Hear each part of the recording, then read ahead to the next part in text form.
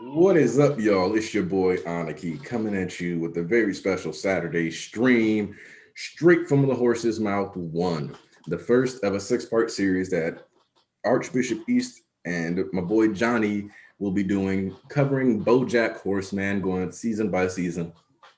Obviously, we'll probably just catch ourselves slipping and do a bit of jumps for just talking about different plot points and how they kind of measure out and where they're introduced. But in general, we wanted to do like season by season. That way, if you decide to watch the stream and you're like, I haven't watched Bojack, and then you're like, well, this sounds interesting, and then you want to watch Bojack, you get that option to do it. I guess if we'll like jump to later plot points, we'll maybe do a tiny spoiler warning beforehand so you can mute or something. Yep. That's right. K9, K1. Hey, welcome. It's a Bojack Horseman discussion. We got range on this channel. We don't just do manga. We also do all kind of stuff. Hey, Mo. Seen you around for a while. It's nice to see some of the regulars popping up for this. I understand it's a little different, but East, Johnny, Johnny, especially, like, since you were only on a stream like once, you might want to do a quick intro so people know who you are. Yeah. Well, I don't really have a lot of resume to introduce. I love Bojack a lot. I've hung out with these guys on Twitter mostly, and I had this idea a few months ago, and we put this together really well, I think, and that's it. This is it. And then East, I already know you always got the energy, so you might as well let them know you here. You already know who it is. It's Undefeated of the East. Once again, baby, we are here to talk about one of the biggest assholes to ever be created in any medium form you've ever seen. But enough about Aniki. Wow. Oh. You're not wrong. Mr. Peanut Butter. Ooh, I would say Diane is the best character. I don't know if Mr. Mr. Peanut Butter. I mean, he's good, but like. So actually, yeah, okay. So I think that to me, Diane is like the linchpin of season one. I think that because like half the interactions and like conversations and that Bojack have that are introspective in nature directly come from their interactions and the way she's influenced him. And one, she does have like just a great character arc throughout the whole series. But I think specifically like in season one, she's doing that thing where she kind of like that many people go through where there's this uncertainty to life and you're trying to figure things out. But you kind of try to change yourself instead of trying to figure out who you are and what makes that person happy. And so a lot of times people will find themselves in positions where they instead try to conform to the circumstances around them. But unlike cats, humans aren't liquid. So yeah. One thing I noticed about Diane this season is that she seems a lot more happy than in later seasons. Like she says stuff, like especially coming off, because I was doing what gave me the reason I wanted to do this in the first place was because I was in the middle of a Bojack rewatch, and so especially coming off of that rewatch from season 6 straight to season 1 in like a couple of days, you really see the contrast. And Diane, she was she says stuff that season 6 Diane would never say. Like in episode 1, she and Bojack are talking on the balcony, and she says, "You're responsible for your own happiness." Bojack says, "That's really depressing," and Diane's like, "No, it's not," and in a tone that's really unlike her later character.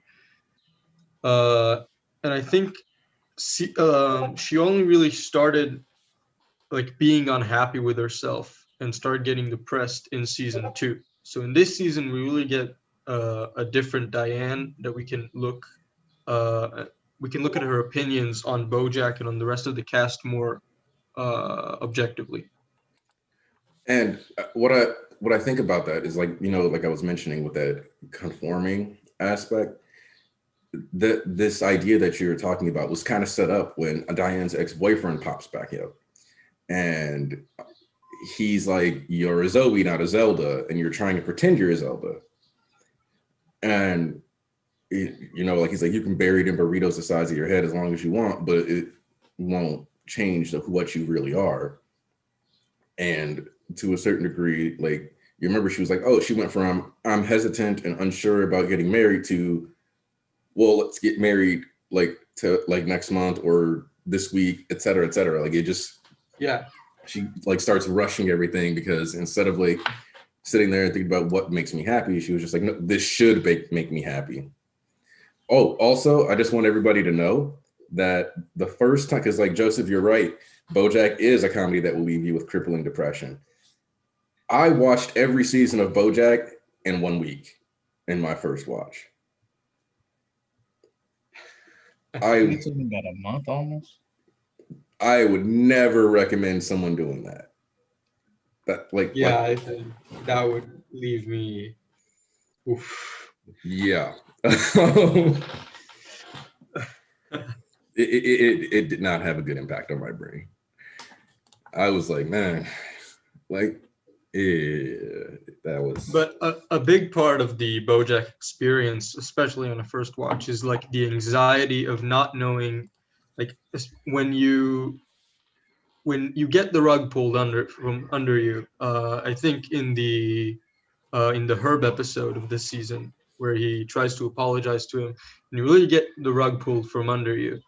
You see, this is not like other shows, and from that moment on, every time there's something infringing on a character's happiness, you're not sure if they're going to get over that, and that's a big part of like the experience and the anxiety that really took over me in that first watch, and it's not as present in subsequent watches. Yeah, like, because the series does a really good job of turning forgiveness and progression into a sort of Damascus, or sort of where you just have it over your head, because you're sitting there, and the best example of this is the rock opera episode, where Oh boy. it takes like everything off the table, like conceptually, where you're like, okay, cool, like, wow, Bojack is starting to appreciate, like it's like, Yeah, you think this is the first step in like the redemption. yeah, it's like, oh, cool, Bojack is gonna be a friend to him. He's gonna like elevate Todd, and then when all of a sudden Todd is like Diane's like, well, you clip his wings, and he's like, nah, and then Todd goes, oh, I'm moving out, and he's like, oh, and then Margot Martindale comes into play, which Margot Martindale is one of the best recurring characters in Bojack. No doubt. Oh, and then like you get to the end of that episode, and it's like, no, he straight up betrayed Todd. And like, Todd is a character that frustrated me in a lot of ways on my watch through. And it's because of like, it's because like he does do like the whole like failing upwards thing in a lot of ways. We might get into season 6 spoilers if I know where this is going. But like, oh yeah, all the penultimate episodes in every season are like, like, I'm not going to spoil that conversation, but that conversation with his dad made me appreciate Todd's character. I will say that. But yeah, I like, now when I watch it, I can be like, yeah, Todd, he was like down on his luck. And in the same way, like the issue with Bojack is that he does sometimes genuinely want to and try to help people. It's just that in the process, because he himself doesn't know how to really help himself, he can almost never do it in a healthy way. Especially like the best example of that in season 1 and throughout up to season 3 is Sarah Lynn. Yeah. Where he takes her in, he does genuinely care. And unfortunately, yes, he does project a bit of that I've never been a dad thing on her, and then it gets really weird with the whole, well, you're not my dad. Oh, yeah. And he's like, yeah. And That then gets more messed up every watch, to be honest, because like on a first watch, you're like, okay, this is just because it's a really early on episode, and at that point, BoJack was really trying to find their footing as a show, and you're like, this is the everyday adult Western cartoon. yeah. So you're like, okay, so they have sex. It's inconsequential, and then after you like see more of BoJack and Sarah Lynn's relationship, you're like, oh shit, and then you see even more of it on the second watch, and it's like, oh, Yeah. like I was genuinely disgusted when I saw it this time. So the thing about that is that I didn't think about it. Like I thought about it, but I didn't super think about it. But like I was watching it the other day, and I was like, she named like because it's weird because like BoJack did not, he like, it's like he subconsciously groomed her. And the reason why I say that is because if you remember like the first song that we see with the Sarah Lynn thing is that her song is called Prickly Muffin, which is the nickname he gave her. Yeah, that's disturbing in a multitude of ways. And someone said, let you no, go. Someone said, I don't think I've attempted to watch the show since I got my depression diagnosis. And I gotta say, as someone with a depression diagnosis, it gets, it sure is a different experience. Yeah, the Don't Stop Dancing. Yeah, because that's who your fans are. Yeah. Like, wait, BoJack Horseman season 1 was responsible for changing how critics review Netflix shows. Wait, in what way do you mean by that, Ethan? Oh yeah, I know what they're talking about. There is this site where they had this policy where they only reviewed the first 6 episodes of a season before judging it. Wow. And they wrote an article about it, and they wrote, BoJack is shit, don't watch it. And then the backlash was so great because the contrast in quality between the last 6 episodes, the first 6 episodes of BoJack's first season is so great that they just changed that policy to we got to watch the whole season now. And I don't think the first 6 episodes are as bad as people make it out to be, but they certainly are the least. BoJack does what one of the things that I really praise Community for, which is be like, quote, a sitcom that instead of being largely episodic is heavily serial. Yeah. So when you start off with like the show is like very like normal to a certain degree, right? Like it's very grounded. It's a very almost like it almost feels like a classic. Like, oh yeah, this is like the normal adult cartoon. You have a recklessly drunk main character. Yeah, the Herb episode is in the second half. You cannot hate on the Herb Kazaz stuff because oh my god. No, that episode, it's weird because in the first watch, it definitely had the intended effect on me. In the second watch, I was kind of indifferent because I saw it coming. And for some reason, on the third watch, it devastated me all over again. Like, and the thing that I like about the Herb Kazaz thing is that BoJack himself more or less sets up the interaction that he has with Herb. Because if you remember, he has this whole rant about how closure is a lie that Steven Spielberg made to sell books. That's episode 5. Yep. And then boom, you get the Herb stuff, and it's like he literally says, I'm not going to give you closure. I'm not going to give you closure. I will not be a prop for you to feel good about yourself after years of doing me wrong so that you can close this out and be like, I feel better now that I'm dead. Like, what? Yeah, it really your emotional dildo. Really shows BoJack's hypocrisy. Like, and even like the way he treats like Mr. Peanut Butter throughout most of the show, it's like, what? It's like, why? And it's like, yeah, he's like the more successful, and yeah, he's kind of goofy, but To what be has Peanut honest, Butter actually done to you? after Mr. Peanut Butter's character deconstruction later on, I kind of feel less bad about how he treats him. Partially because, unlike with Diane or Princess Carolyn or Todd, it doesn't have as much of an effect on like his self worth and his mental state. Bojack degradation, I mean, to so it's like it's pretty much a victimless crime for Bojack to vent on Mr. Peanut Butter. At Yeah. least you be quiet. Oh, like he was saying, you've been quiet. Oh, I'm working on the thumbnail right now as we speak. Oh yeah, see, he's coming through with the thumbnail. But if y'all want me to speak, then I'll speak. Especially the way he treats Prince Peanut Butter, you can see definitely then the way that he envies Mr. Peanut Butter, because Mr. Peanut Butter doesn't have one. When you get down the line, you start to see Mr. Peanut Butter, like the scene with Diane when you realize, oh, Mr. Peanut Butter actually kind of got layers to his character. He's just not a goofball. When he was like, yeah, let's just get married, Diane, and then he's like, you know what, Todd? You've been on to something this entire time. And he just started spilling like, I don't even know if I want to marry Diane. I'm ready for this. And he's like, oh shit. He's like, he actually has depth to his character. He's not just a fucking goofball the entire time. But you can always see how Bojack despises Peanut Butter because his positive attitude.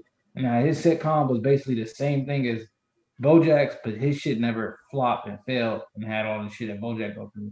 And Bojack just resents anybody with, you know, a better life to him. And he takes it out. Like Todd decently has some good ideas that if, like when Princess Caroline, became his agent and they helped out spoiling, she helped him down the line with later episodes. And you see things actually start going right. Well, you just guide him. That's all you need. There's a person that just needs a little bit of guidance. But then like that one time he sabotaged his opera, he was like, yeah, you could do something with this, but nah, I need you right here underneath me because I can't be shitty alone. I can't suffer alone. I can't be miserable alone. And that's almost when he did drag people down back with him because some people just don't want you to be happy if they miss. And Yeah. yes, Ethan, Vince Adult Man is in the first season, which okay, It's wow. It sure is a part of the season. It's okay. It's funny how like I feel like most people kind of reduce that to just a really ridiculous joke because it's like an overdone commentary on how like when people are older, they will sometimes cling on to younger people to feel like they've reclaimed that youth or to justify like acting a certain way. And so like she's hanging out with this person who, as Bojack says, is very clearly three tiny children in a coat doing the thing from the Little Rascals. And like she doesn't care because it's like I would rather spend time with this like technically immature person than hang out with this mature adult because at the end of the day, being like mature doesn't make you like not toxic, and like you're not gonna make me jealous just because you're with like a younger dude. And yeah, like Bojack did like and that, also, and that's the one thing about Bojack that's really I was like, because as we talked about depression diagnosis, is I'm just gonna be like, look, there was a time period in my life where I had PTSD specifically where if you gargled around me, I would become intensely angry because I took care of my great grandma. She was dying of cancer, specifically lung cancer. So there was a part where her lungs filled up with phlegm, and every breath she would be gargling them as she was slowly dying. And that like lasted for like hours. That's what they call a death rattle, by the way. So that's what it sounds like. So so that was a thing. So I kind of like get like how Bojack sometimes like, and I'm like a person who like one of my jokes with my friends, like I'm a certified therapist friend, like because I get that whole like you get into a dark place, but you can still like see what's going on in other people. And sometimes you're just like, yeah, you can call people on your bullshit, but if you're in like a dark, depressive place, you might not be able to function and handle your own. and that's like a scary place to be in mentally. So like those scenes are powerful because it's like, yeah, Bojack can be right about stuff, and Bojack can give actually good advice to his friends. But the problem with Bojack is that even when he's giving like a lot of times when he's giving good advice, it comes from a bad place. Like, yes, he's right. Princess Carolyn should not have been dating Vince Adult Man, but really, he was just like part of him was actually jealous. He just didn't want to admit it. Yeah, I think a lot of this is getting into the more intricate parts of Princess Carolyn's character and Bojack and Princess Carolyn's relationship in particular. But so maybe spoilers for like season 3, 4-ish, kind of. But we really see with how do you call it? With retrospect. Yeah. We see that Bojack and Princess Carolyn fit each other because Princess Carolyn wants a child to take care of, and Bojack wants a fitting parent, and they're kind of that for each other in a weird, messed up way, because Bojack is immature and Princess Carolyn has to take care of him all the time, so that their relationship kind of fits those needs. Yeah. I didn't even think about like just how much of that was like playing in, because there's so many layers to these characters that like. Yeah, and so that comes up later, but with retrospect, you can really see Princess Carolyn was attracted to Vincent Adultman, in my opinion, because he represented that, Part of what she was missing. Because she couldn't identify it, so she thought he was a fitting partner. But what she actually wanted was, and you remember she even talks about like when she was talking about Bojack, she's like, "You wasted my youth, you wasted my good years, da da da da," and like that is a thing that a lot of people who are in long-term relationships that are toxic or it's codependency. Like they're toxic, or just in general, like maybe the person just doesn't want to have kids. Like people, as a real life example, people hate the R&B / hip hop artist Neo because he was married to a woman, told her he didn't want to have kids, eventually got like her tubes tied, all kind of stuff, and then broke up with her and had kids with another woman. That's I don't know the intricacies, but that seems okay to me because people change. Well, yeah, but the reason why people feel uncomfortable about that is because it's like, okay, this woman literally went through a body altering surgery for you for what seems to have not been what was really the case, where you just didn't want to have kids with her.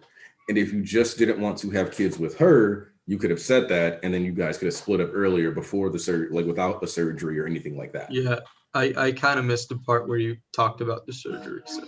Yeah, so that's why that makes it less okay. But yeah, so it's like, oh, you were so adamant about this that this woman got surgery for you, and now you're on like kid number 5 or 6. So a lot of people hate that. Yeah, and so like that's kind of where that like you not only did like she spend those years where she could have had a child or like where it would have been safe, because it's important to note that once you like at the age of 35, it is considered a geriatric pregnancy.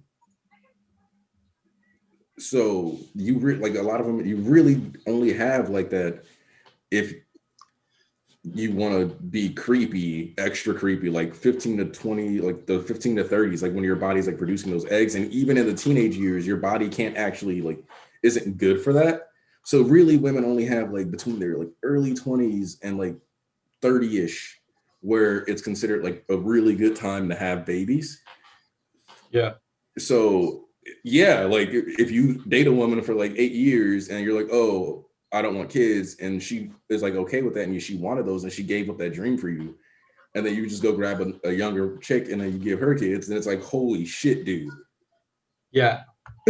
Like, and that's kind of like, thankfully, like obviously like BoJack doesn't do that plot line, but like that's kind of like the idea behind like wasting someone's time and value, and why like especially with a lot of women, like they feel so strongly about that. Season 3 deals with that a bit more. Mm-hmm. So I think that's where that the tie-in branch is, out like more. season 3. Yeah. Like that's really before Princess Carolyn kind of goes on her own journey and realizes what she wants after she and BoJack sort of cut ties for a while. That's and since we're spoilers, talking about, by the way. and since we're talking about the younger stuff, let's address Sextina Aquafina, because that's really season 3 stuff. No. Because even within the small snippet of meeting Sextina Aquafina, Right. that's small, because she's a character that's only there for like 2 to 3 episodes or whatever, like total. But she has a really good presence. Like I remember I was talking to my buddy Woodrow at work, and we're like, Sextina Aquafina, baby. Like, but even in the first episode you meet her, that brief interview is still a commentary. Because if you think about it, Sarah Lynn waited until she was 18 before like she was dropping stuff like Prickly Muffin. Yeah. And so then like you have this conversation where it's like, oh, like well, how do you feel about Sarah? They're like, oh, like Sarah Lynn's turning 30. How do you feel about her? Which think about what I said about Like the kids. She's old and gross and nobody wants her. Don't nobody want her anymore. But he also specifically says 14-year-old sex icon, Sextina Aquafina, which is also kind of calling out how not only do we like cycle women through like that, but we also have been lowering the age, like re-lowering the age of sexualization of like girls. Diane has a piece about that in episode 3. Well, by the way, Ryan Seacrest type is gonna have his own stream. It's gonna. Oh my god! Also, every scar left a story, and every story told us left a scar. the Ryan Seacrest type thing always makes me laugh, especially because I'm a huge Community fan, and Joel McHale's character Jeff in like season 3, they're like, hey, like you're like a Ryan Seacrest type. Actually, you're even better looking than Ryan Seacrest. And then like in his head you hear him think like the phrase, you're even better looking than the guy that's famous for being good looking. Yeah, that led down a very bad pathway. I don't remember Community that much. Did it? Oh yeah, that's the episode where Jeff has like this whole breakdown because he was on anti-anxiety meds, and then they were all character acting at a bar mitzvah, and then some like a 13-year-old won the most handsome man award at his own bar mitzvah, and Jeff had a complete breakdown. Oh, Neil McBeal, the Navy SEAL. Oh my god. There is nothing the least bit funny about stealing a meal from Neil McBeal, the Navy SEAL. Oh, also, apparently the reason why Princess Carolyn ends up doing so many tongue twisters later on in the series is because she was like, ugh, why do we have all these tongue twisters? Yeah, I heard Sedaris really hates that. And the writer was like, oh, you don't like tongue twisters? But yeah, okay, Neil McBeal, the Navy Say what you will. Ridiculous. Okay, I love it because. What did you say? The thing I love about the Neil McBeal Navy SEAL is that it covers so many different cultural topics all in one, like within like 5 minutes. It's like boom, boom, boom, boom. Because it's like BoJack is like, are you automatically a hero? And it's like, well, I mean, because like one of my it's like, are you a hero if you just like were a janitor in the army, for example, or what's the criteria? And like when he asked that, it's like, all right, this is a fair conversation to have. Yeah. But we did not talk about stealing the D yet. But it's like, BoJack, you're goalpost shifting because of, honestly, you could have just you never should have addressed it. Oh, hey, big bro. Yeah, because this conflict with Neil McBeal is actually really good example of how BoJack of where BoJack stands on a lot of issues, because he's actually a pretty vivid leftist. Yeah, his political like he views. takes the left. Like whenever Diane is speaking on like a feminist issue, he's like, "Of course I agree with you, but there's this other thing," and like so on a social level, he's really enlightened. He's really open and liberal, but then on a day-to-day basis, he can't manage that human decency. Yeah, So I think conflict really shows well what Bojack's strengths and weaknesses are. like Bojack politically like gets things right. It's being able to follow through on it, which Are we to a taking a certain stand here? like which I think is the thing that happens to like everyone, and even to a certain degree, uh like with Bojack especially though, like that also called out like his lack of like the episode, like the conversation about the muffins specifically, where he's like, "You ate all the muffins, Neil? Was this a small box of muffins?" And he's like, "No, it was not." There were 12 muffins there. He's like, "That's right. I ate all the muffins. That's your story. The loss of my self-control And then and Diane is like dignity." writing a sign that says "Stop talking." Yeah. And like, but it kind of highlights how even if Bojack means well, or even when he does or doesn't, a lot of the times it's impulsivity that causes Bojack to do these things. It's not like a thought out, methodical plan all the time. Like the Baton thing was well thought out. Like, Yeah, too well thought out, honestly. yeah, It was like that was some cold, next level evil, villainy. Like, I think it was meant to like demonstrate how it's not always impulsive. He can be genuine, like cunning and like cold evil. Yeah, and so like he's like, "I didn't even want the muffins," but like, and to a certain degree though, I do agree Bojack was right that Neil McBeal was out of pocket for like the way he was acting over it.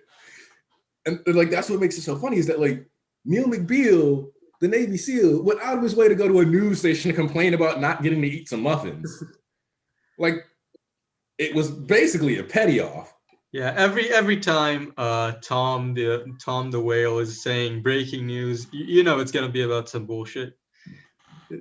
It's never about something important. But Tom the Whale is another one of those recurring characters that I just find to be ridiculously enjoyable. Especially the Randy running joke is amazing. Like, and I don't think we ever. What happened? Did Randy pass out on his keyboard? Oh my God, he did. Well, did someone call Cynthia? Like, this isn't just a newsroom. This is a family. Like that's what's crazy. It's like Tom the Whale is always on like Randy's ass, but then it's like he actually cares about Randy. So it's like, oh yeah. And then when Randy comes back a few episodes later, there's like cheers from the audience. And I don't think we ever actually get to see Randy. No. I don't think we ever see Randy in the entire series. We just know his story. By the way, Elvis Correa Raphael says, also Neil McBeal, I felt was the beginning of the show's truly great wordplay. And that's something I wanted to say because say what you will about those first few episodes, you know, the show was still trying to find its footing. That was always there. Yeah. That wit in the, you know, in between jokes. The transition scenes. Oh yeah, just a little something. Yeah, like the thing about like BoJack is that like obviously all shows throughout time like they find footing and they have to figure small things out. But like how Joseph Seals mentioned, like MSNBC, there's certain things that you can tell that they were like, nah, this is gonna work. And like those like little news segments and incorporating that in there. Which one of the things that I also now like want to kind of talk about is how when the book is about yeah, I didn't mind the fact that they never revealed Erica. Like because like Peanut Butter's always like, "Erica, how you doing?" What are you doing out of the burn ward? Long story short is Erica had to lose the foot, but she gained a friend. Like these off-screen characters are great, but like to a certain degree, it makes the world and the characters a lot more realistic because it makes them more like people you know, from the standpoint of how many people are you friends with who maybe you don't hang out with their family because that's not the kind of relationship you have, or maybe you're like work buddies. So like, you know, you just talk about different stuff at work and you know about different things about each other's lives, but they don't know any of the people, but for the sake of telling the story, like they might know some names. So it's like, for us, it's like, okay, cool. Like Mr. Peanut Butter's friend Erica that we never get to meet, but like we hear about her all the time. She's important to him and like basically like a background character in his life.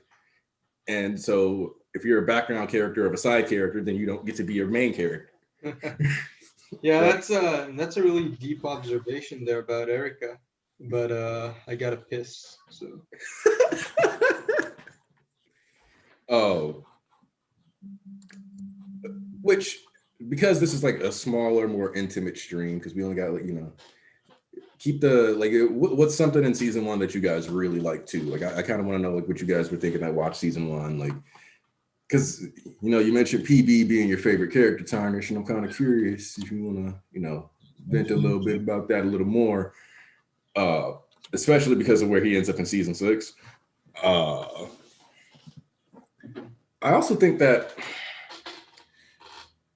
And I think that's one of the other things I like about this show is that a lot of people's arcs, because it's not about like some goal. There's not like I want to beat. It's not like this is Naruto. We need to go save Sasuke. It's not like any of those things. It's not like this overarching necessarily antagonist within the series, unless you argue that Bojack is both the main character and the antagonist, which to a certain degree, he is his biggest, worst enemy. But I think the fact that the show is allowed to just be, hey, you're following like these 5 or 6 characters, and this story is actually just about their journey and them being alive and doing things for 6 seasons. You don't so it allows for all their character arcs to have more breadth and range. And even when we think about like Todd, for example, slowly becoming like getting an agent from like PC, and then you got the bourbon stuff. Exactly. Life goes on, no conclusion. It's just a thing. You see, but that's the way you do an open ending, because you know the route everybody was on. And then that.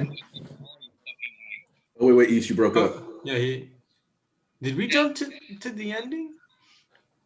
Well, I was we're talking about how conceptually, because Bojack Horseman is supposed to be a show just about people's lives, or these people's lives.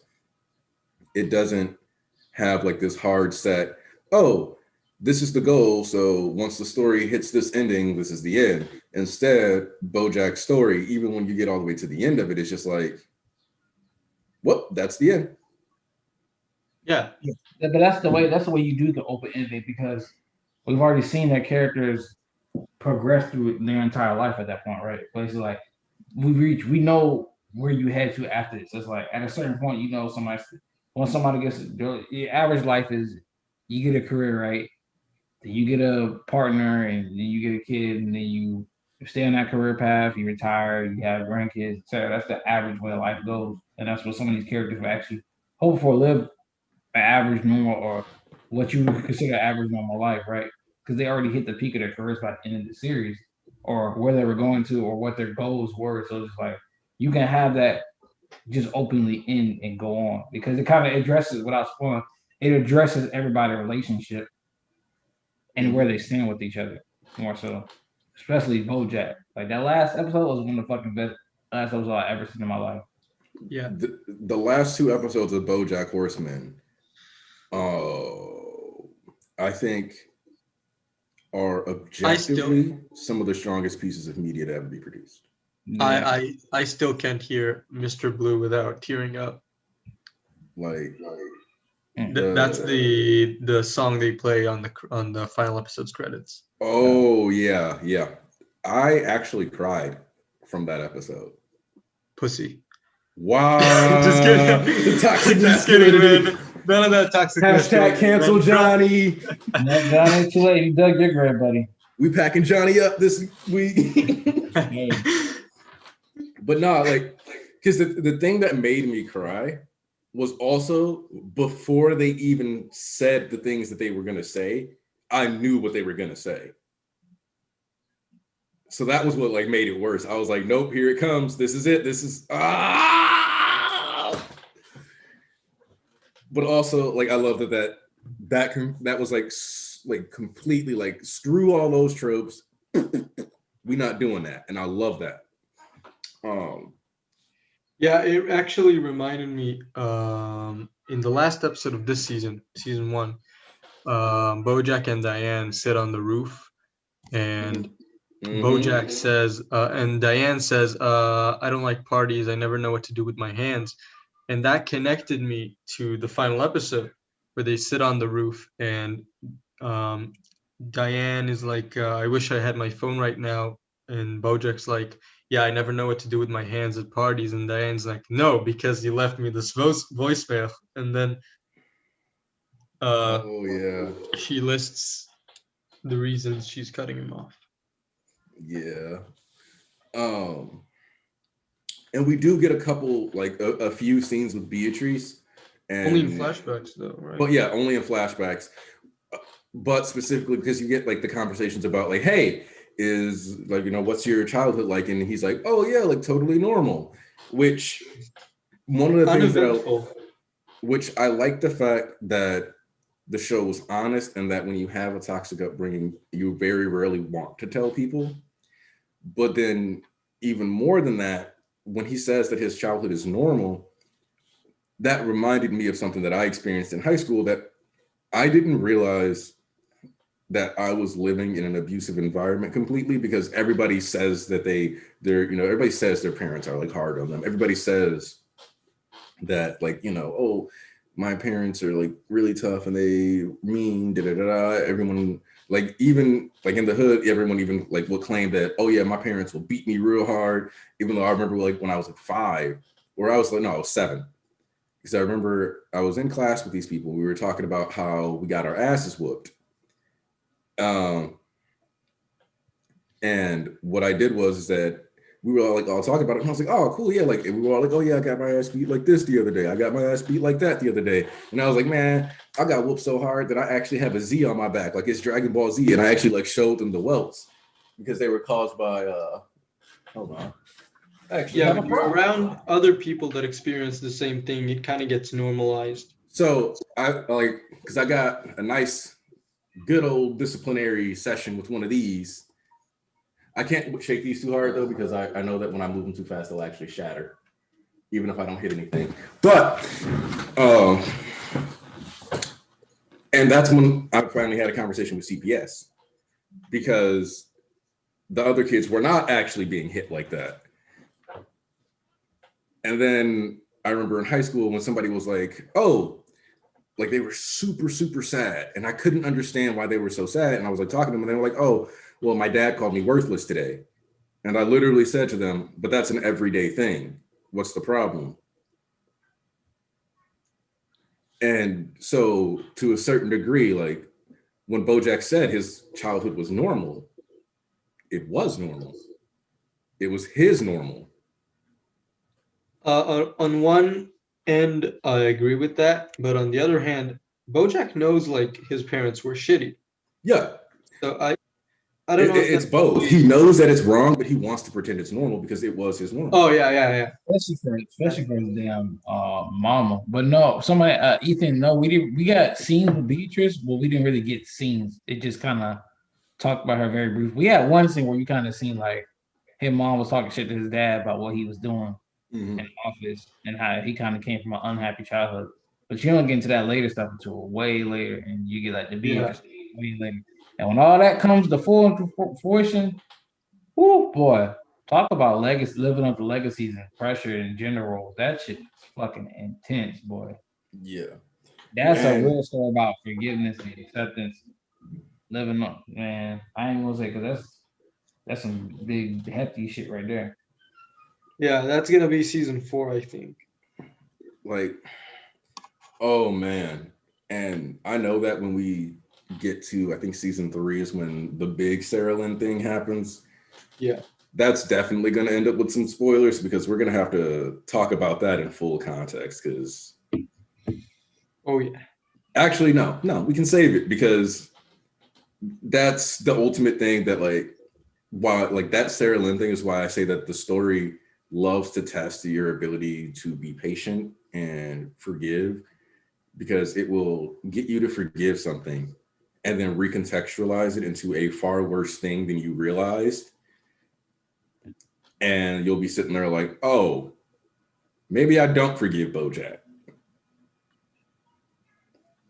And that Yeah. especially like with how season 6 is structured. Like Yeah. Hold on. I think at this point, like everyone who's still here is like fully finished with the series. There's one guy that's just here show because support and I appreciate that. yeah, he's a trooper. But yeah, at this point, I think everyone is kind of Yeah, most of the people here like, and since they didn't like Bojack, I don't know if they'll spell spoilers might actually make them be more interested and willing to watch it. yeah. So yeah, you can go ahead and say it. It was Earth all along. No, but yeah, so we can talk about that episode with Sarah Lynn. Yeah, like But isn't that more relevant to season 3? So it's weird because like that's why I say like it recontextualizes so hard because like that season 3 event is extremely tragic. We feel bad for Bojack.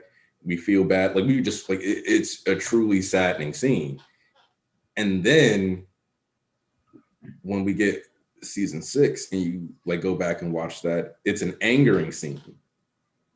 Yeah, it's a really frustrating episode all throughout. Like they are like whew, the things that Bojack like did or does and puts people through, like the apple fritter, and like that's what's kind of funny about like the book thing where he's like, you wrote a whole chapter about me eating apple fritters and da da da da da, and Diane's like, well, this makes you look human and people will be okay with that. And as people like read it, and then sure they did open up, they did think Bojack was like a sad person, and to a certain degree Bojack kind of reminds me of Chevy Chase. And I wanted you to hold on to that thought for later because I want to touch on that Diane line. Go ahead. No, you were Oh yeah.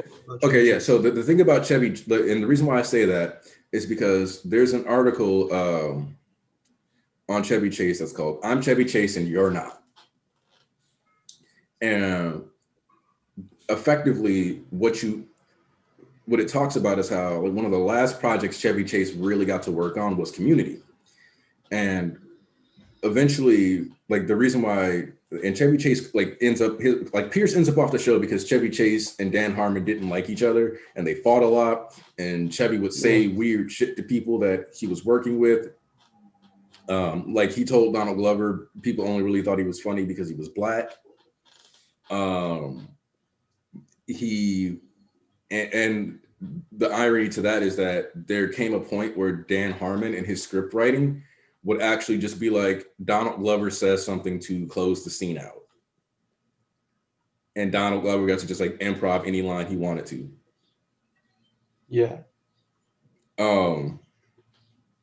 So it's like Chevy Chase was this person who did ultimately though have an extremely abusive past.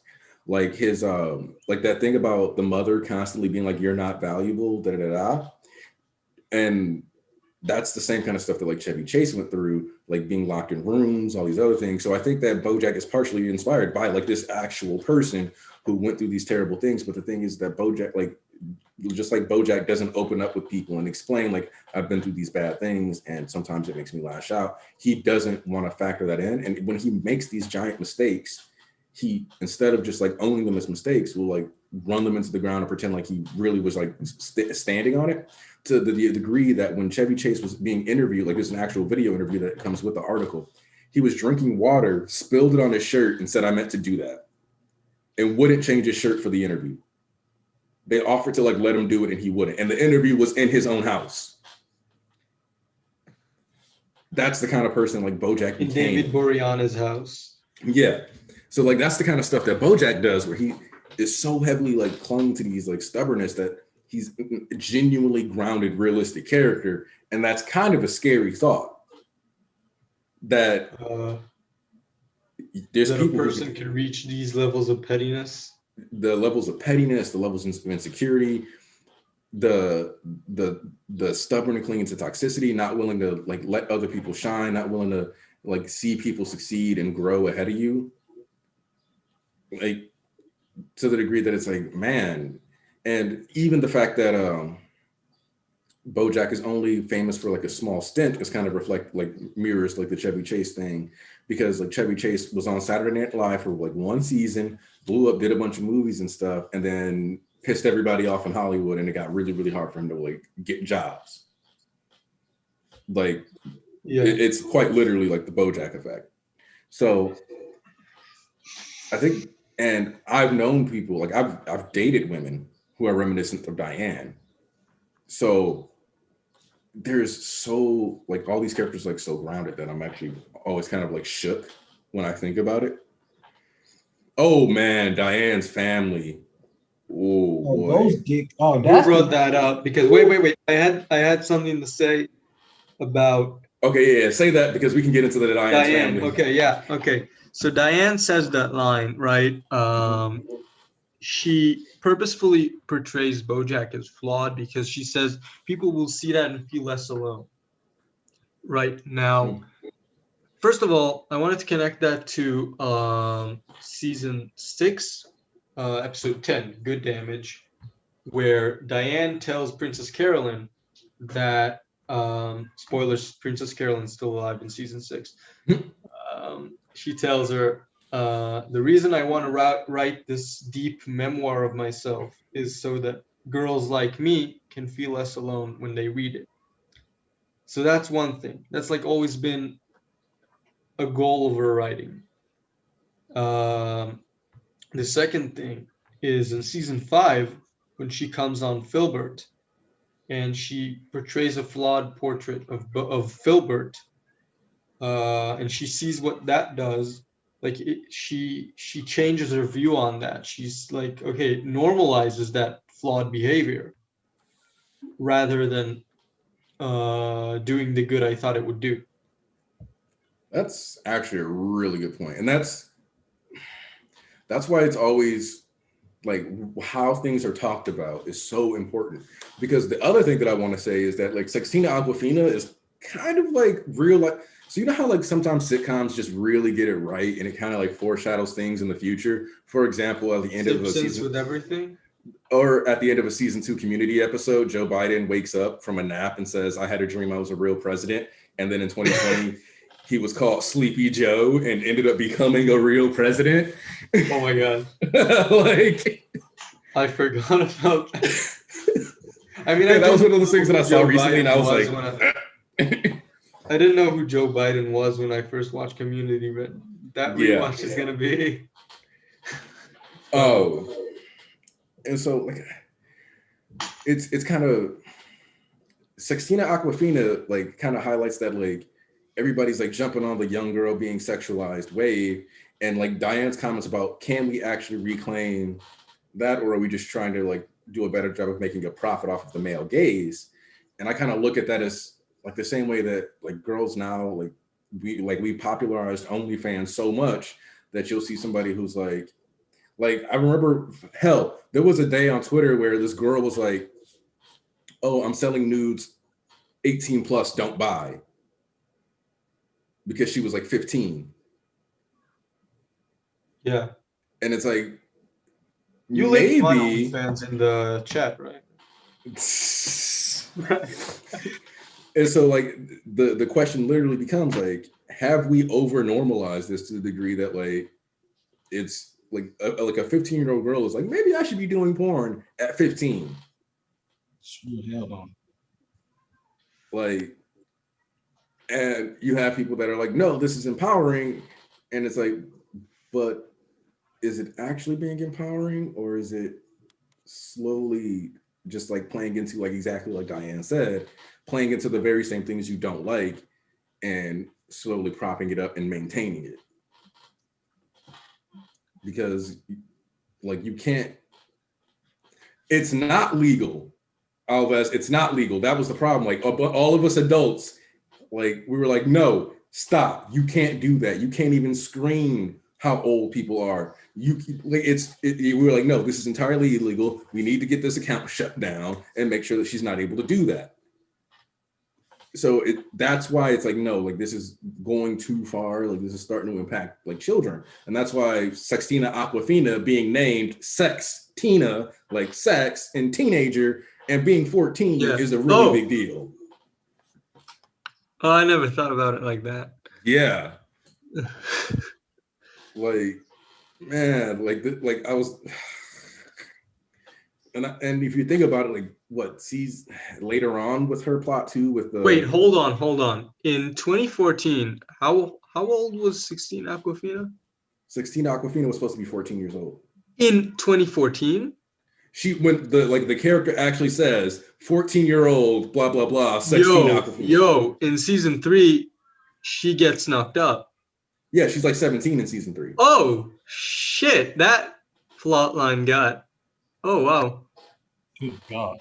Yeah, I thought, okay, all right. Yeah. And that's gonna hit different 2 streams for now.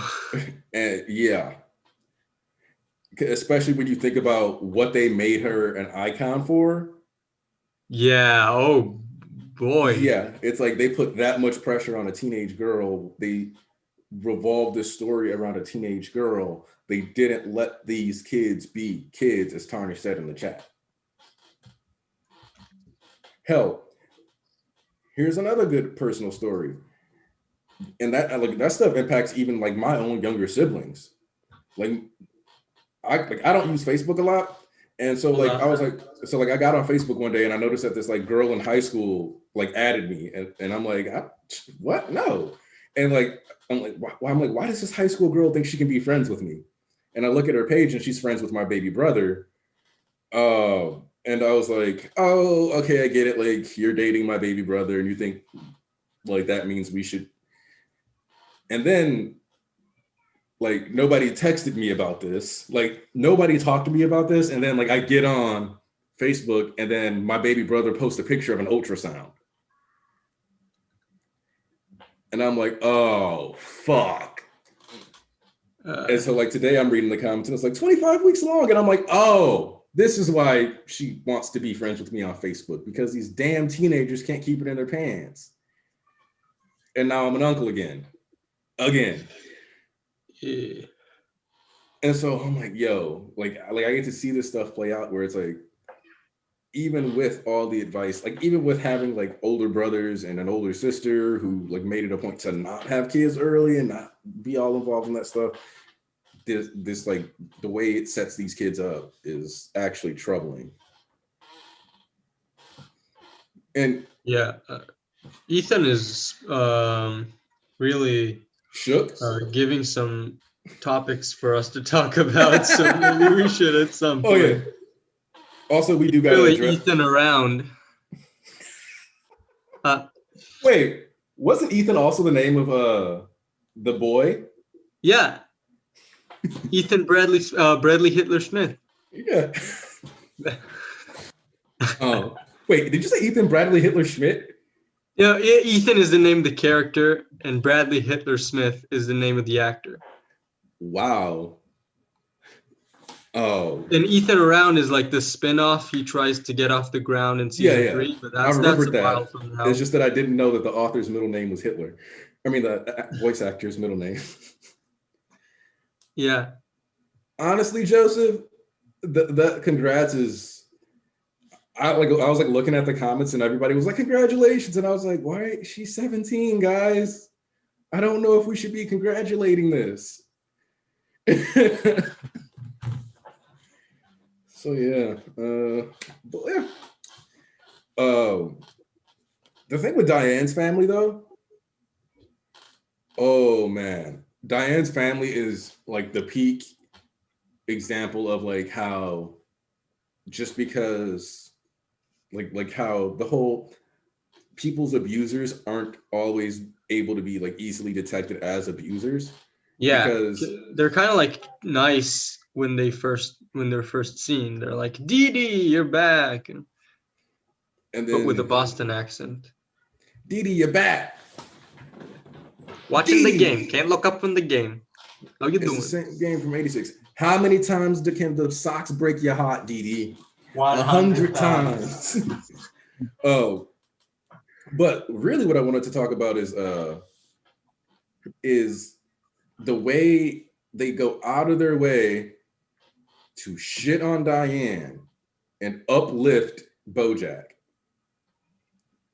They're like, oh, person we just met that we just happened to watch on TV a while back. I will treat you with more respect and dignity and love and honor than my sister that I've known since I was little. There's definitely that. There's definitely their sexist upbringing. Mm-hmm. Like their father was definitely misogynistic, and that trickled down Really to the brothers. And yeah, it's like they see Bojack as one of the gang, and Diane is just like the bitch sister that's trying to have trying to dignity. step on their parade.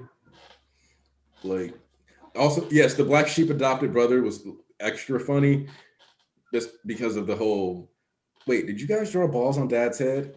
That was before we knew he was dead. In your face, Dad. In your face forever.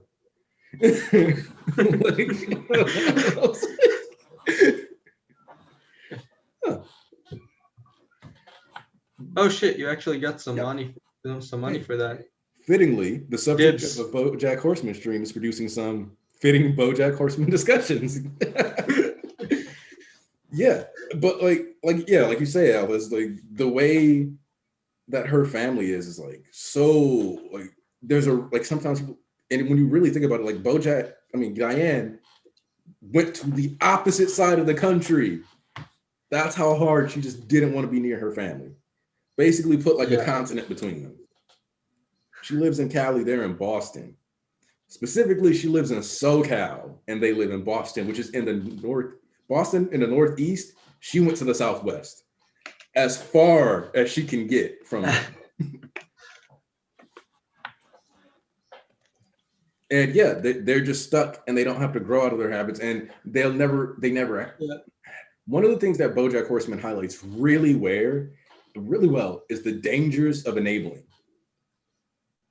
And Sarah Lynn like just hits it on the head where she says directly, I'm at a point in my life where I don't have to change or grow or deal with any of my issues because there's plenty of people who will love and enjoy me for who I am, even though that who I am is just a mess. So, yeah, and she also says, until I surround myself with enablers and die tragically young. And you know it's actually kind of poetic how that's still relevant when the thing that happens at the end of season 3 happens, because she didn't change until like her situation didn't alter up to that point, and then it just reached its logical conclusion. Yep. Like she was dedicated to being a mess, and in turn, like everything went messy. Yep. Like the way, and that's kind of why it's important because like the other thing that is like, since I think everybody in here has seen Bojack, we can say that one of the big noticeable things about Bojack Horseman is that almost everyone's character arc, if they East is currently working his way through it because he's being quiet for like half an hour. Well, because he's doing the thumbnail, which I was like, hey, like, I mean, yeah, that's cool, but he sent it. Yeah, I'm here. Oh, it's not my bad. I think we also might just be like running past him. Basically, we'll let you spit for a bit. I mean, I was just talking about later seasons. I had to refresh all my memory. Yeah. This is why I rewatch it because I'm only fresh on season one. I have watched the other seasons since like 2019, 2020, early 2020. Yeah. I mean, early. So, Man, actually, East, you snapped with this thumbnail. Let me fix this. Let me slap this on here real quick. thank you. Uh, I guess what I talked about in particular, since we were talking about which character stood out for us this season, if I had to pick one besides Bojack, I don't know. I feel like everybody's pretty equal this season.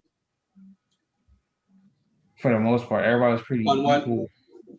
In Like, what aspect? remember we picked out. Remember we talking was like, all right, well, we'll pick out our favorite character from this season because Oh they yeah, we did did this. have that discussion about like. Yeah. When I look at it, it's like, well, at the same time, it's like, well, everybody was kind of equal. You just start with the base of their character, and you can see there's depth in each and every one. I think there's a scene in particular where it really stood out to me was that Bojack's really a fucking dickhead. And you know how people talk about like,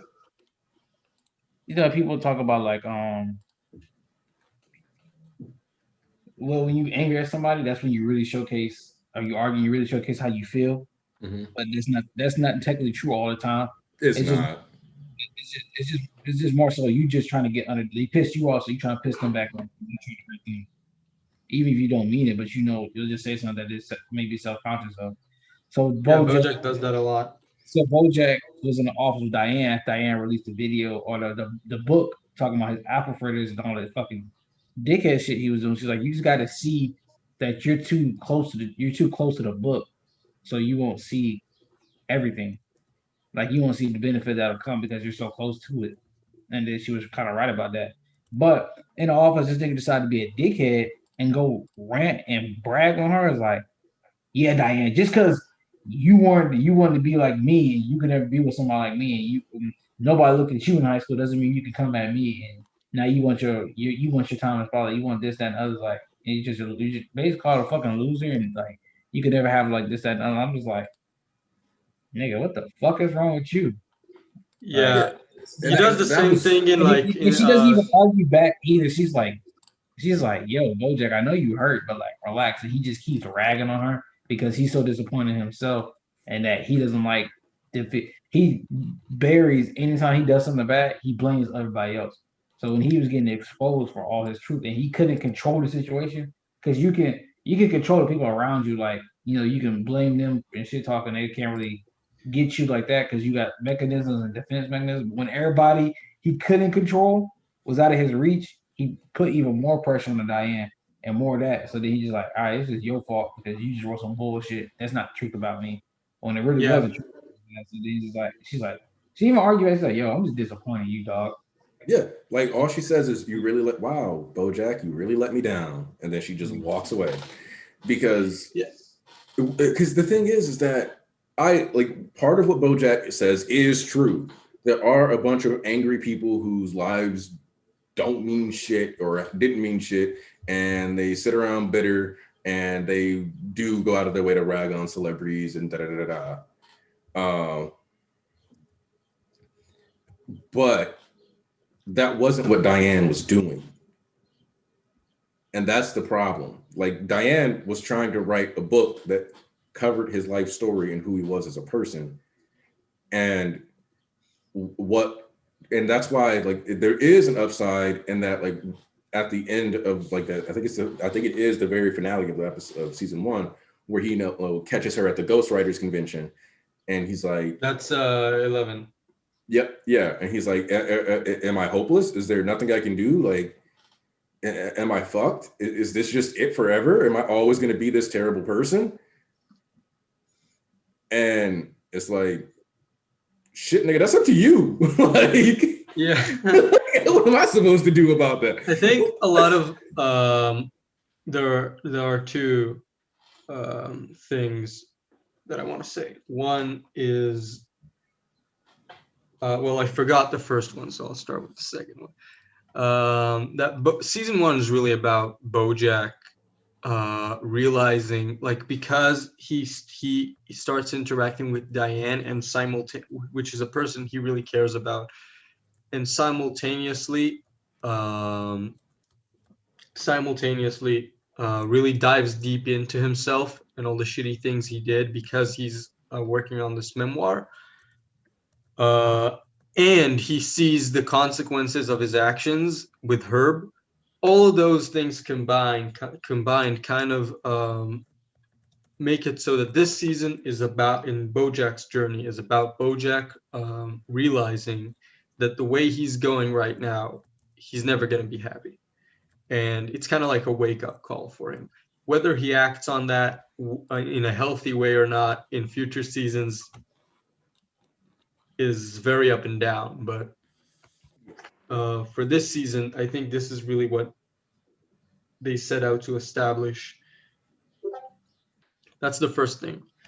The second thing is, I think Bojack. The reason Bojack is so scathing with that, like this sort of the reason you suck speech happens, as far as I can remember, twice in the series. One in the in 111. In front of the Pinky, and the second one is in episode 10 of season 3,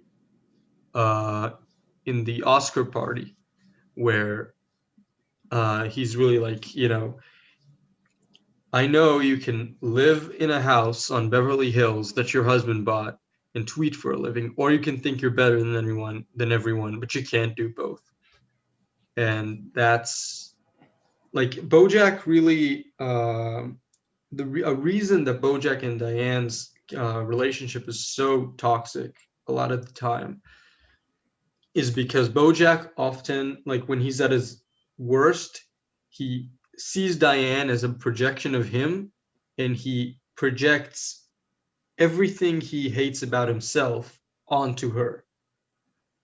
Yeah. Like that's where that tendency comes from.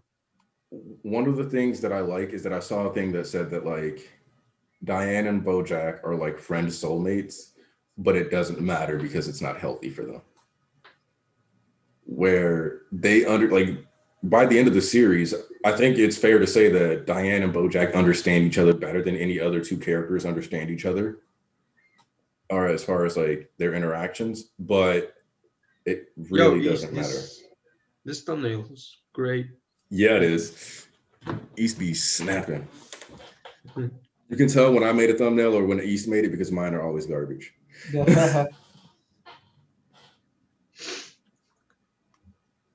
Our thumbnails are cool.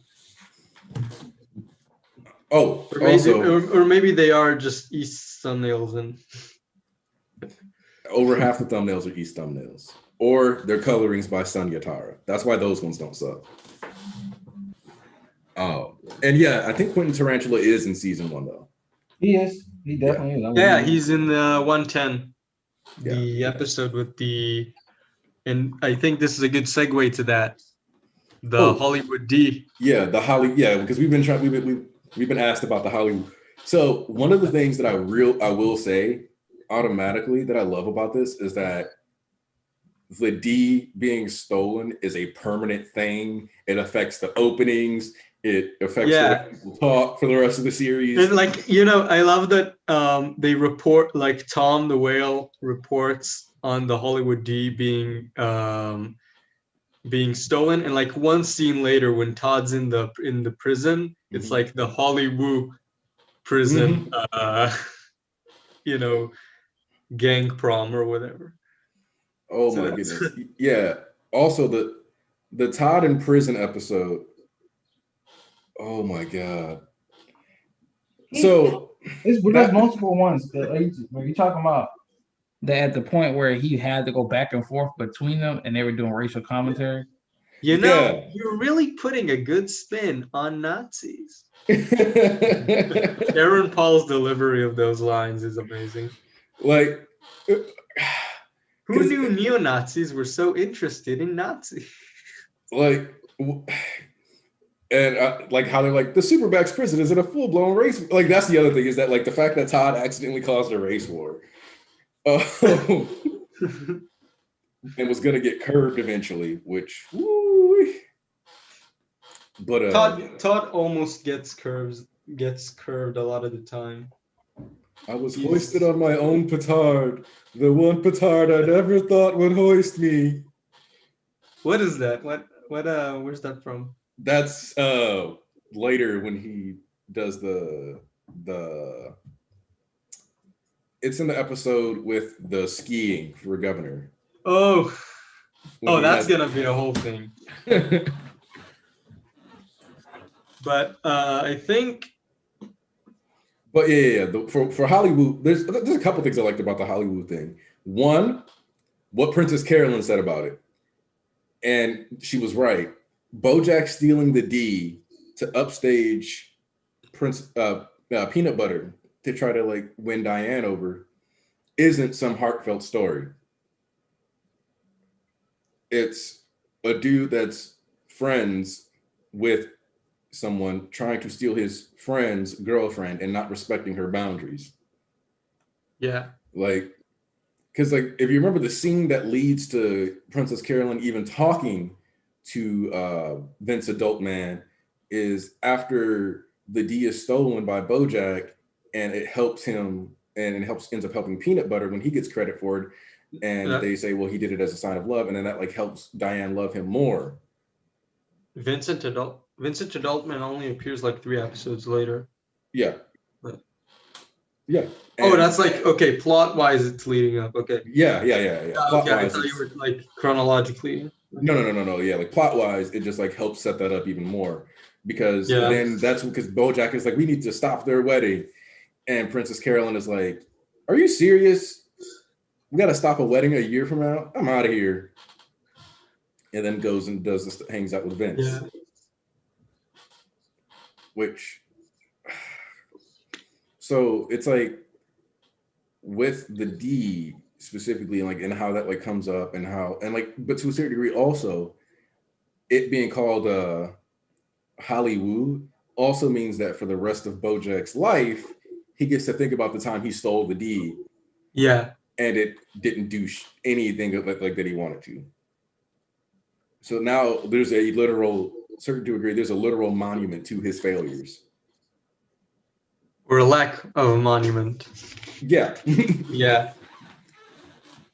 I really like one thing that's kind of left out of most, like when you when you look at season 1, often there's like, okay, the first half, which is kind of like standard, and then the second half, which is amazing.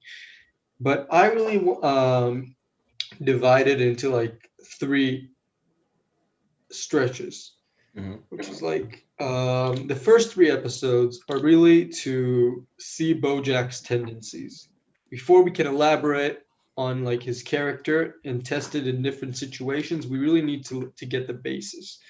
So we get the first episode, which is full of like cutaways and just it's structurally weird, but It's a very standard sitcom thing. And it, yeah. No, not a sitcom. That's an important distinction. It's just it's a Family Guy type comedy.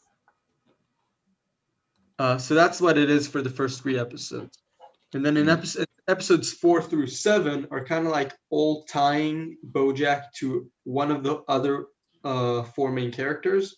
So like episode 4 is Bojack and Todd. Episode 5 is Bojack and Diane. Episode 6 is Bojack and Mr. Peanut Butter. Episode 7 is Bojack and Princess Carolyn.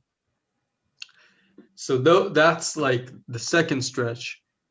And then the third stretch is sort of we see all of the shit that Bojack did throughout those first 7 episodes sort of coming to bite him in the ass. You know, it starts with Herb where he he loses that connection with Herb. He tries to grab onto whatever happiness he has trying to kiss Diane, and that obviously leads to him trying to stop Diane and Mr. Peanut Butter's wedding. Todd figures out that he sabotaged his rock opera. Princess Carolyn is unwilling to help him because of how he treated her in episode 7. In episode 10, the Hollywood D thing comes back. Sorry, with the Bojack's narcissism, and it's all just like coming together in those last 3 episodes where he's just a mess of a person. Or is it's like God spilled a person. Oh, but I do think that like season 1, like as a story within a vacuum, is solid. It's just there's so compared much to the rest of it. Yeah, like compared to but like that's the cost of exposition. Like the expository phases, it's really hard to make a good expository phase if you're thinking about making a long serial production. Because if you're like counting on like let's say you're expecting 3 seasons, then you don't want to have to like be explaining stuff in later seasons or like justifying stuff a lot in later seasons. So instead it's like these are the dynamics, this is why they act this way. And to a certain like the thing about Bojack's narcissism I really like is that he even though he spent like a year, 2 years failing to write his memoirs, and to the extent like the reason they got a ghostwriter was because he couldn't do it. The second she put out a complete book, he decided no, writing isn't hard, completely forgetting why she had to write the book in the first place, to protect his ego. You see, in this regard, that does look nice. In this regard, it's the fact of it's all about exposition. Exposition. There's no proper way to do exposition. Some people don't like lore dumps. Some people don't like this way, that way. It all just so there's no one perfect way to encapsulate exposition. But I think Bojack does it very well in this sense because in hindsight, because you can see it set up the little ceilings for everybody's future plot lines. Like, at first, Todd just seems like the goofball comic relief because he's always gonna say something funny and this, that, and the other. At first, then you see the ceilings at how later on down the line you see like, oh, now I understand why Todd does what he does, why he's like this, and you see Peanut Butter. You see why Peanut Butter lives in the way he lives. Like the fact this nigga didn't know the ignorance and the entire because everybody likes Peanut Butter. Peanut Butter can do no wrong until he did the shit he did with Diane and his girl and his wife, and then you start seeing the truth. He didn't even know about his entire fucking family. Oh, they just go to the farm and live out the rest of their days. Which is a genius joke, by the way, because that's what we tell kids when their dogs die. Yeah, like it's like, wow, you like you just see like that. It's like, bro, this shit's kind of like ingenious. Princess Caroline, how Bojack ruined her life and she has to play catch up. There's like the work she puts all her all into being a workaholic because that's all she basically had because she ruined her fucking 20s working with Bojack. So she's trying to catch it back. It's like, well, can't really have a future like that. At first, the first couple seasons, then she meets her husband later on. She's like, well, first couple seasons, like, well, fuck, I just gotta do this. If I'm at least good at this, then I can make sense of my 20s not being a fucking like my future not being a waste because at least I'll have this.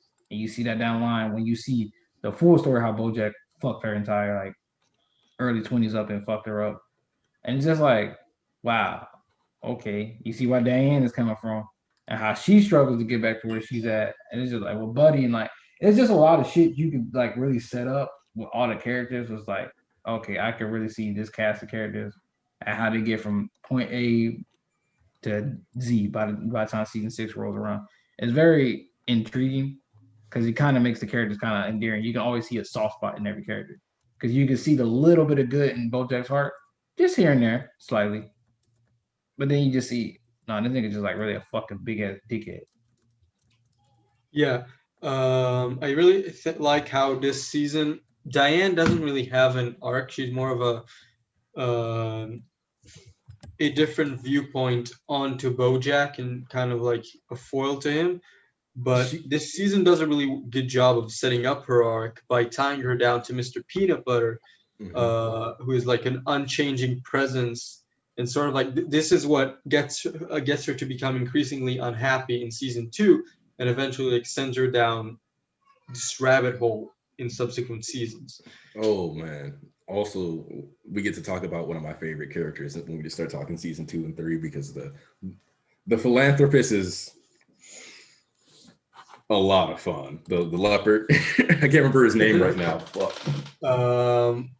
Sinclair. No, Yeah. that's Sinclair is the journalist from season 6. Robert. What's crazy is I just was watching it too. Like one of the scenes was just it's like the last episode. and he's like, Diane, you should join me. Like, you listen, you've written books about this, but like the pills will give you nightmares, but the malaria will give you death. Yeah, like why am I blanking on this dude's name? He's such a fun, like Bojack Horseman, like in all has this ability to produce these one episode wonders, like Neil McBeal or the Panther guy, or who else? Like, let's come up with an example. Just like characters that appear for one episode and then don't, but they're really entertaining in that one episode. Like Kelsey's daughter from season 2. She was in an episode, never appeared again, but she really did her role well.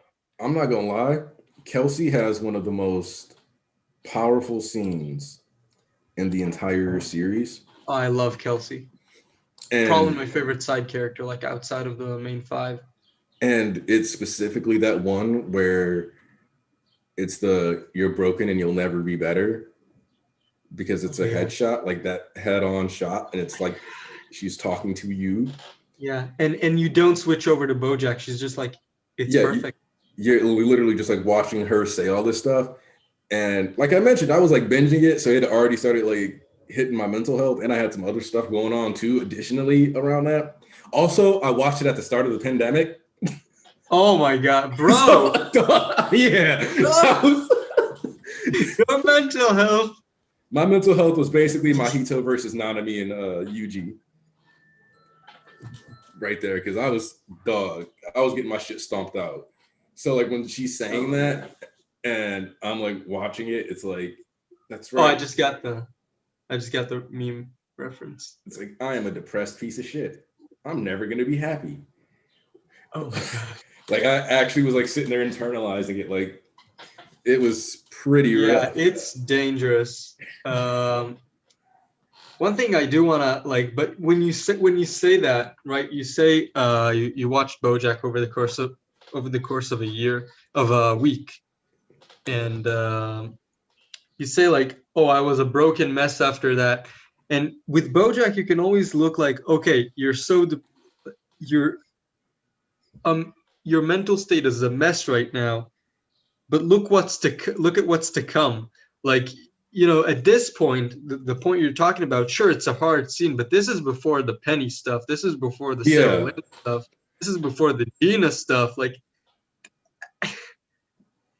yeah, like much so it's worse. like you were already in it. Like, so it's like, damn, like, well, and that's why I said like the BoJack plays with your ability to have hope so well, because it's like you're like, oh, BoJack, and then like BoJack, it's like building a sandcastle, and then like the bully comes on the beach, just kicks out of the way, except instead of the bully being somebody random who comes out and kicks your sandcastle, it's like you're sitting there with BoJack building a sandcastle with him, and you're like, yeah, hey BoJack, we're making some progress here, right? Yes. And then out of nowhere, he's like, whoop-ah! And just like karate chops the shit. Yeah. You're like, no. Or like he adds another like floor to the sandcastle that just can't support it anymore, and it breaks down. It does it a couple of times in this season. It does it as well with the Herb episode. It's perfectly portrayed. Like in the second half of that episode, he has a good time with Herb. They're about to leave, and I was like, leave it here, end it here. And then Diane's like, no, if you want to say something, say it now. And I'm like, Diane. So and the thing is that if Diane was giving that advice to an adjusted person, it would have been fine. But Bojack was not well adjusted. So like this, like, because like, you're leaving and it's like this, your friend really might die. So like you probably should make sure they understand, like, hey, you're loved and appreciated before you leave.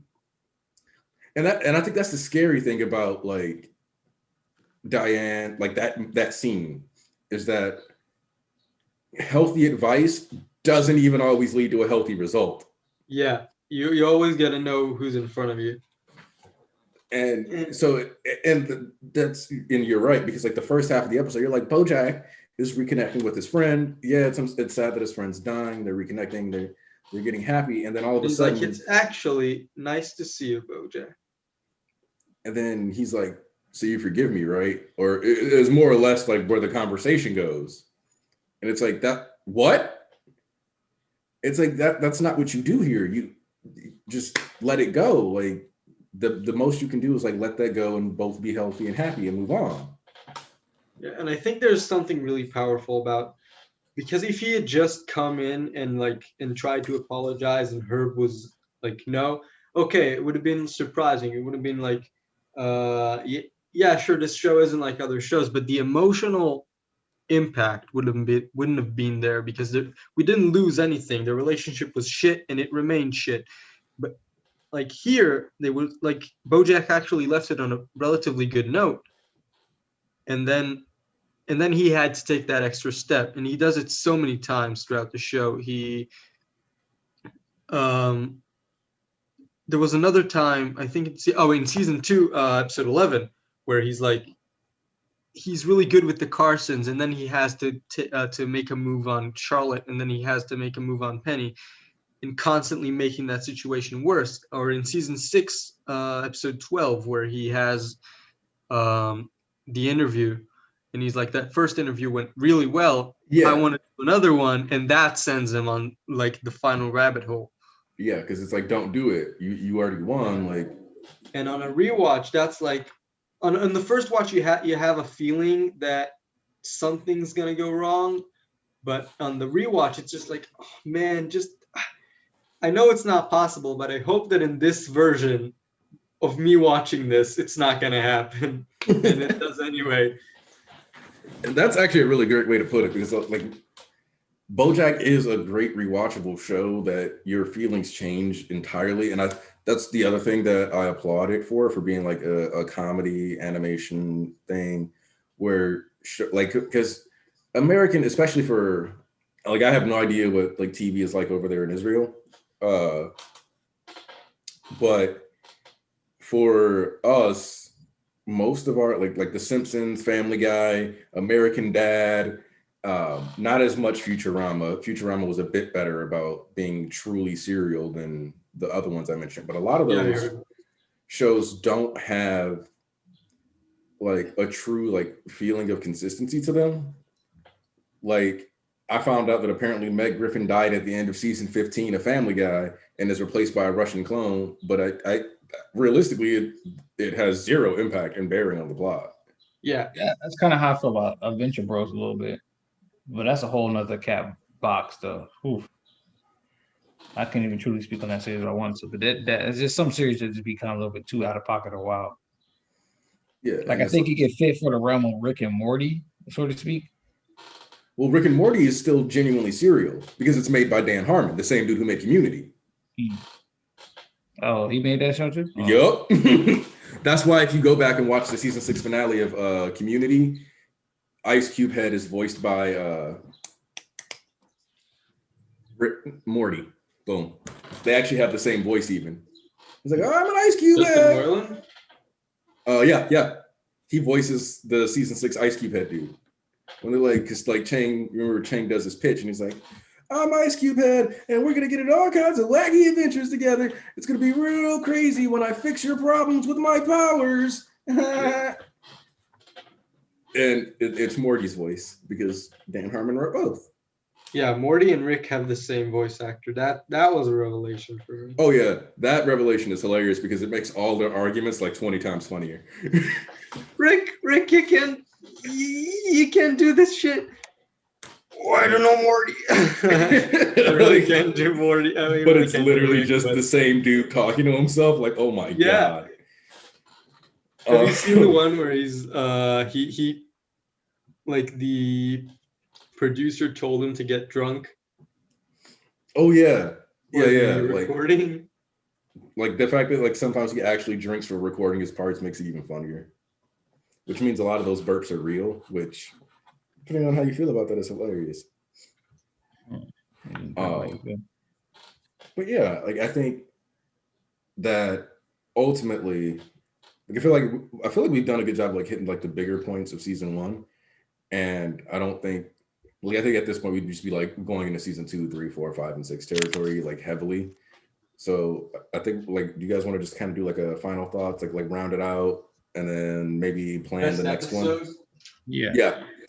And we can plan that on streams. That way, everybody who's like watching can be like, "Oh yeah, like like we'll just like mark that on our calendar." So, You know what? I actually thought a good thing to do is that in the end of these streams, like we'd get like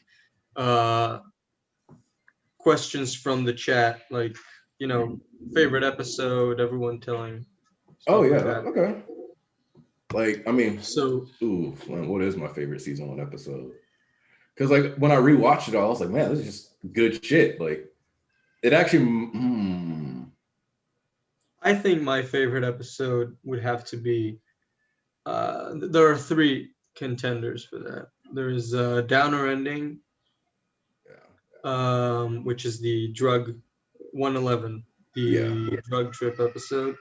There is 1-7, which is the Say Anything, the Princess Carolyn episode, with You Gotta Get Your Shit Together. And 1-8, which is obviously the Telescope. Yeah. Like I'm thinking it's probably it's either the Herb episode or the one where they actually do cover the book. Thanks, Ethan. Ethan says, thanks, Ethan. I appreciate that. Thanks, Ethan. Shit, for me, it's easily. Wait, what, Aniki, which ones did you? Oh, the Herb episode or the one with where he like the Diane, like where he's mad at Diane and tries to write the book. Downer Ending. Yeah. Yeah, it's easily the Hurt Pizzazz episode for me. It's just the fact that I won't give you satisfaction. Suck a dick. Simple as that. You get to all suck a dick, dumb shits. It's actually kind of cringy how often they use it in season 1. So I gotta say, it is cringy, but I also kind of like love the fact that it was like when people like because every time somebody says it, also they are lashing out in the exact same way. Oh yeah, I'm definitely. Oh yeah, okay. Jorge Valdez. Yo, this is one of my favorite series. I'm late to the stream. Are you legal? Yes, 100%. This will still be available. With a minimal payment of $15, you can view all of Aniki streams. So like Aniki Plus. My thing is that as much even though I have access to memberships, I genuinely don't want people to join. Like it sounds weird, but I feel weird about locking content behind membership, where I really just kind of want people to feel like, oh, I'm volunteering to support this channel because I like this channel. Like that's kind of how I feel about it. So like the odds of me like creating content and you not being able to see it if you're late to a stream or anything like that is pretty low. It's pretty low. It's very it's because Alvin and Preach do that. They have stuff on there like Patreon, but that's only because if you want it early, but it'll just come out later on their YouTube platform later on. But if you want early access, you get it on Patreon. But you'll still but get that it. doesn't really work on streams. So. Yeah. And so, like, especially for streams, like, I'm not worried about. Like, I always, well, maybe I could do early release for some videos, but nah, it's just not who I am. I really would just like people to feel like no pressure, and it's like a pure voluntary thing. So yeah, that's never going to be a worry, especially with streams. And I do think, and for my actual favorite character in season 1, it's a toss up between Bojack and Diane. I think it's Bojack. For me, oh, you were about to give an explanation. Yeah, and I'm also gonna say that BoJack is the perfect example of how even when you don't like the person slash character, the writing can be so good that you're like, no, this good. Like I like this character in the sense that I like all the writing around him, but I fully acknowledge he's a terrible person. Yeah, because you want to see him get better, and you're noticing that this is like the arc that they're going for here. Mm-hmm. And when we get, like I've talked about my like the ending theme of BoJack, or like the overall theme of BoJack is that if you're gonna be a good person, you just need to do it, and you can't expect that to be like a currency to get you something in life. And that's an important message because, like, on one hand, I know like people will like knee jerk try to cancel somebody. Like the Donald Glover situation was, whew. Like they're like, oh, cancel him, and I'm like, bro, it wasn't that deep. Like it doesn't need to be that way. Like you just forgive him because it's a misunderstanding and move on. And sometimes people do need to just do that. But I also think it's important to note that like nobody had like you're not actually obligated to forgive people, and just because you do good things doesn't mean you should necessarily be. Because which season is that? That's season. Oh. I don't think it's a season. The finale is what confirms that this is the theme. Like once you get to the finale, it's like, damn, that was the theme. Yeah. Like no ifs, ands, or buts. Like that's the theme. Like you can't get around it. It's said that Raphael Bob Waxberg, who created BoJack Horseman, was actually deeply moved by the Nike "Just Do It" meme, and that's what he based his show around. That's fair. That actually makes so much sense. Yeah, it's also really untrue, but yeah.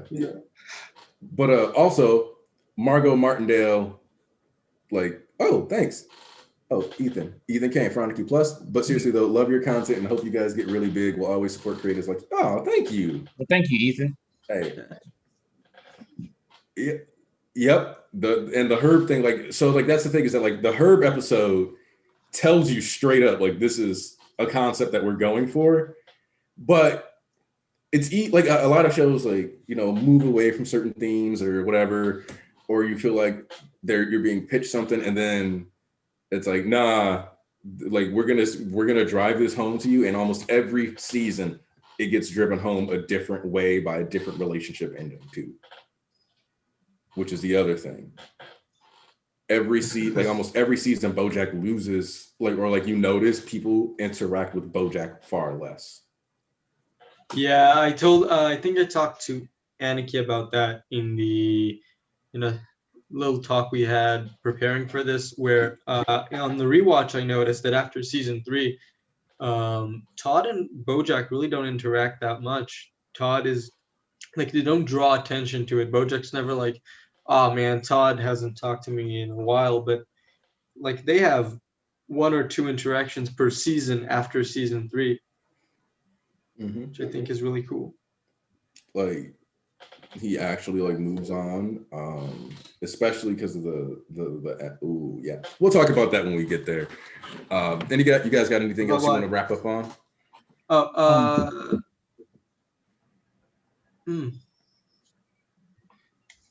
Not really. Wait, hold on. Don't be like BoJack. Self-sabotaging exists. It's a very common thing. Be better than BoJack. Be better than BoJack because it's not a high bar. Very low. You can easily step over it. Trust me. Like, it may seem a little hard because BoJack is a horse, and horses are usually tall. Yeah. But this bar, and they jump high. Anybody can walk over.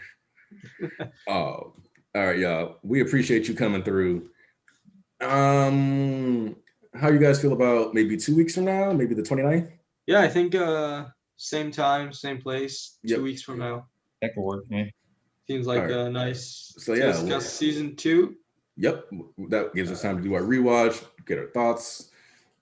So yeah, we'll see you guys in 2 weeks for the BoJack fans that want to come through and have these discussions, or maybe you like,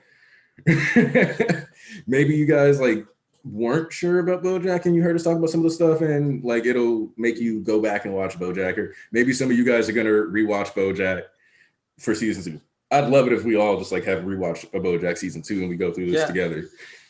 And to end the stream, I think we should, what Ethan is currently commenting, we should, one of my favorite jokes from episode 4. Fool me twice, shame on me, but fool me once, shame on you, but fool me twice, fiddle-dee-dee. Like, also the I botched that really hard, by the way. The Sarah Lynn scene with Andrew Garfield, where it's like, I will stab myself right now. Like, wait, what?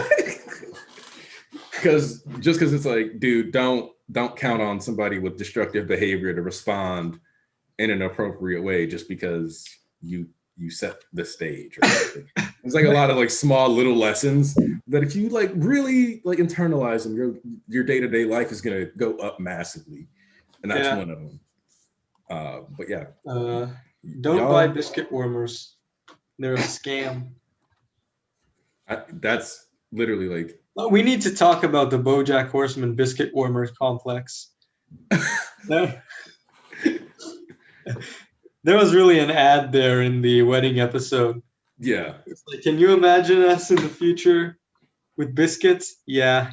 Are they warm? Yeah. Well, that's what biscuit warmers are for. Yeah. Like, that's fucking Bojack. You gotta love it. Raphael's uncle sold him like 20 biscuit warmers and he has to get rid of them. So he. All right, y'all. Everybody be safe out here. Enjoy yourselves. Reconvene in 2 weeks or see you tomorrow. That, Also, don't forget,